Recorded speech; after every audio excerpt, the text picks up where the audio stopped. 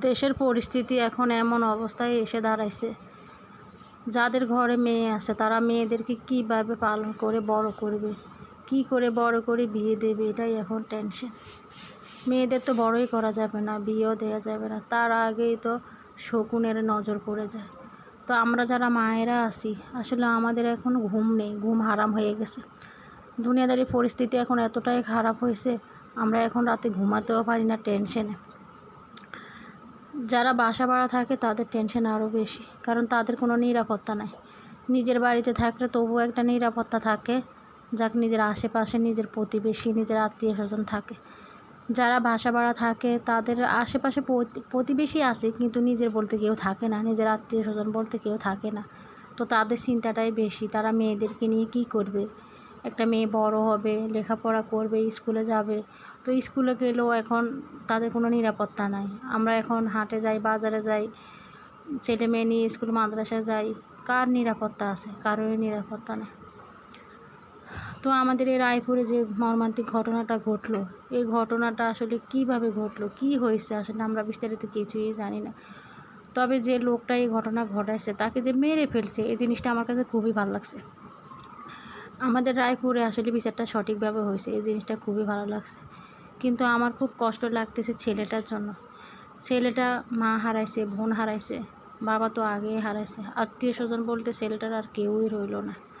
পৃথিবীতে সবার উপরে মা, সে মাটাই চলে গেল, আর কি আছে ছেলেটা।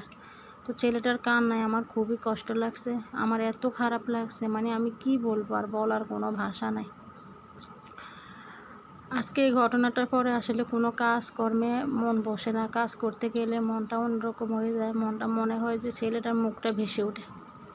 একটা ছেলে এতিম, অসহায়, তার নিজের বলতে কেউই নাই, এই কথাটা মনে হলে আসলে কেমন লাগে। যতই মানুষে তার দায়িত্ব নেয়, যতই কিছু করক, টাকা পয়সা যতই কিছু দেয়, কিন্তু সে কি তার মা ফিরে পাবে? সে কি তার পরিবার ফিরে পাবে? কাউকেই ফিরে পাবে না। এই ছোট্ট একটা ছেলে কীভাবে সে বড় হবে একা একা? তার ভবিষ্যৎ কী? তার নিশ্চিত কোনো কিছুর নিশ্চয়তা সে এখনও দিতেই পারে না। তো আমরা সবাই আসলে ছেলেটার জন্য দোয়া করতে পারি আল্লাহ পাকের কাছে, যে ছেলেটাকে আল্লাহ পাক যেন ধৈর্য ধারণ করার তৌফিক দেয়, ছেলেটা যেন ধৈর্য ধারণ করতে পারে। এই আশাটা, এই দোয়াটাই আমরা আল্লাহ পাকের কাছে করি ছেলেটার জন্য। যাই হোক, আসলে মনটা খুবই খারাপ এই ঘটনাটার কারণে, খুবই ভালো লাগতেছে না, খুবই অস্বস্তিকর লাগতেছে, মনটা খুবই খারাপ লাগতেছে। তো দেখেন, আমি কথা বলতে বলতে একটা জামার গলা সেলাই করে ফেললাম। তো অনেক সময় আমরা বক্রম ছাড়া জামার গলা সেলাই করি দেখেন, কিন্তু জামার গলাটা একটু বোটে আসে, একটু কুঁচকে আসে। তো এইভাবে নখ দিয়ে আপনি গলাটাকে সুন্দর করে ম্যাশ করে দেন, দেখবেন গলাটা খুবই সুন্দর হয়ে যাবে। দেখুন,